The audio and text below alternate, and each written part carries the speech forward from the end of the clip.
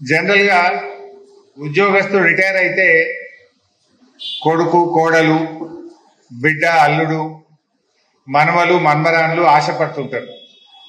మా తాత రిటైర్ అయిండు, మా అమ్మమ్మ రిటైర్ అయింది, నాయనమ్మ రిటైర్ అయింది, ఏమైనా పైసలు వస్తాయని ఎదురు చూస్తుంటారు. జనరల్ గా రిటైర్ అయితే ఉద్యోగస్తులు 20-30 ఏళ్ళ తమ సర్వీస్ లో రూపాయి నెల నెల కట్ అవుతుంటది. గ్రూప్ ఇన్సూరెన్స్ కావచ్చు, టిఎస్ జిఎల్ఐ కావచ్చు, గ్రాట్యుటీ కావచ్చు, కమ్యుటేషన్ కావచ్చు, ఇట్లా రకరకాలుగా వాళ్ళకు పదవి విరమణ సమయంలో డబ్బు వస్తుంది. జీవితం అంతా ఒక ఆశ పెట్టుకుంటారు. రిటైర్ అయినాక ఇంత ఇల్లు కొనుక్కుందామనో, రిటైర్ అయినాక అల్లుని కొప్పుకున్న ఏమన్నా పైసలు ఉంటే అవి కడదామనో, లేకపోతే బిడ్డకి ఏదైనా సాయం చేద్దామనో ఆశ పెట్టుకుంటారు, ఎదురు చూస్తుంటారు ఆ పైసల కోసం.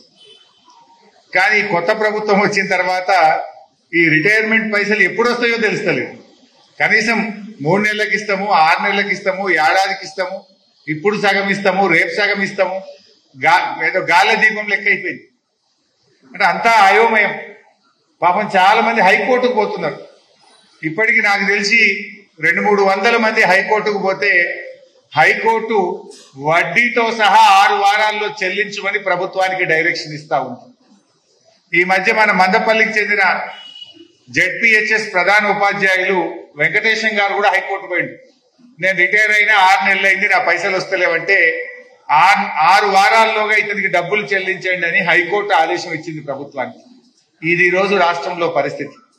రాష్ట్ర ప్రభుత్వ ఉద్యోగులే రాష్ట్ర ప్రభుత్వం మీద హైకోర్టుకు పోవాల్సిన పరిస్థితి.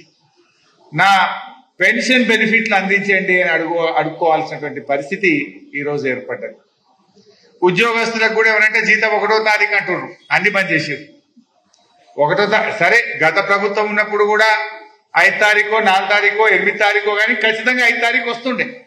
కానీ మిగతా బెనిఫిట్లు కూడా వచ్చు కదా, లైక్ జీపీఎఫ్ కానీ, డిఏలు కానీ, పిఆర్సీ కానీ, ఇన్సూరెన్స్ డబ్బులు కానీ, మెడికల్ బిల్స్ కానీ 6 నెలలకో ఏడాదికో వస్తుండే. ఈ ప్రభుత్వం వచ్చిన 13 నెలల ఒక్కలకు మెడికల్ బిల్ వచ్చే పరిస్థితి లేదు, జీపీఎఫ్ లోన్లు వచ్చే పరిస్థితి లేదు, డిఏల గురించి మాట్లాడే పరిస్థితే లేదు, పిఆర్సీ అయితే పత్తా లేకుండానే పోయింది.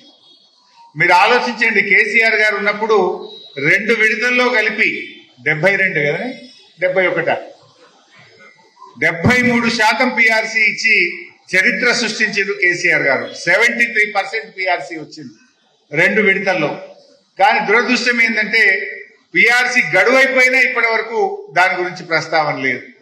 అరే పిఆర్సీ ఇవ్వకపోతే ఆ డిఏలన్నీ ఇవ్వయా బాబు అంటే ఆ డిఏల గురించి కూడా మాట్లాడే పరిస్థితి లేదు.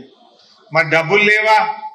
ముఖ్యమంత్రి గారు మాట్లాడితే ఏమంటుండు, 1,00,000 కోట్లతో మూసి సుందరీకరణ చేస్తా అంటుండు, 40,000 కోట్లతో మెట్రో రైలు అభివృద్ధి చేస్తా అంటుండు, 1,000 కోట్లు పెట్టి 4th సిటీ కడతా, 4th సిటీకి 6 లైన్ రోడ్లు వేస్తా, 4th సిటీకి ఎయిర్పోర్ట్ నుంచి మెట్రో రైలు వేస్తా అంటుండు. నీ 4th సిటీకి డబ్బులుంటాయి, మూసి సుందరీకరణకు డబ్బులుంటాయి, మెట్రో రైలుకు డబ్బులుంటాయి, మరి మా ఉద్యోగుల డిఏకి ఎందుకు డబ్బులుంటాయి? మా రిటైర్డ్ ఉద్యోగుల డబ్బులు ఇవ్వడానికి నీకు చేతులు ఎందుకు రావు అని చెప్పి నేను అడుగుతా ఉన్నా. డబ్బులు లేకపోతే 1,00,000 కోట్లతో మూసి సుందరీకరణ అవసరమా నీకు? పైసలు ఉంటేనే కదా నువ్వు 1,00,000 కోట్లతో మూసి సుందరీకరణకు పెట్టినావు. వరల్డ్ బ్యాంక్ వెళ్ళి తెస్తా, కేంద్రంకి వెళ్ళి తెస్తా. మొన్న ఏం చేసిండు, టిఎస్ఐసి మన భూములు గచ్చిబౌలిలో 400 ఎకరాల భూమి ఉంటే 10,000 కోట్లు బ్యాంకులో కుదబెట్టి తెచ్చింది. 400 ఎకరాలు కుదబెట్టి 10,000 కోట్లు తెచ్చింది. ఎవరికి ఇస్తుండ్రు ఆ 10,000 కోట్లు? బడా బడా కాంట్రాక్టర్లకు 8% 10% తీసుకొని బిల్లులు ఇస్తా ఉన్నారు. పాపం ఉద్యోగులు, రిటైర్డ్ ఉద్యోగులపై లైన్లో నిలబడి ఫైనాన్స్ డిపార్ట్మెంట్ దగ్గర వాళ్ళకి రావాల్సిన జీపీఎఫ్ అడ్వాన్సులు 5 లక్షలకు 10 లక్షలకు పడిగాపులు కాస్తున్నటువంటి పరిస్థితి ఉన్నది.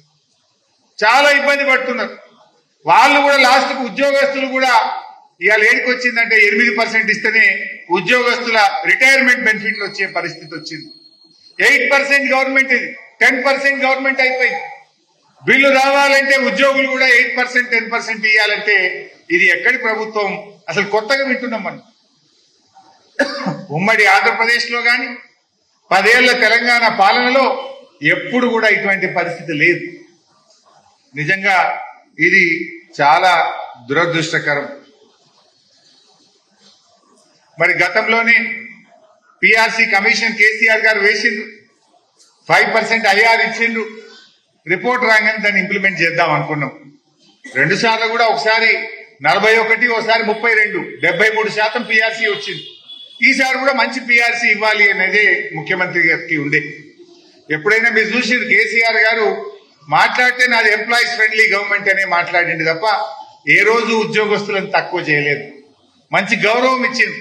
ఈ ప్రభుత్వం వచ్చినాక ఎన్ని ఏసీబీ కేసులు అవుతున్నాయి, ఎంతమంది ఉద్యోగస్తులను వేధిస్తున్నారు.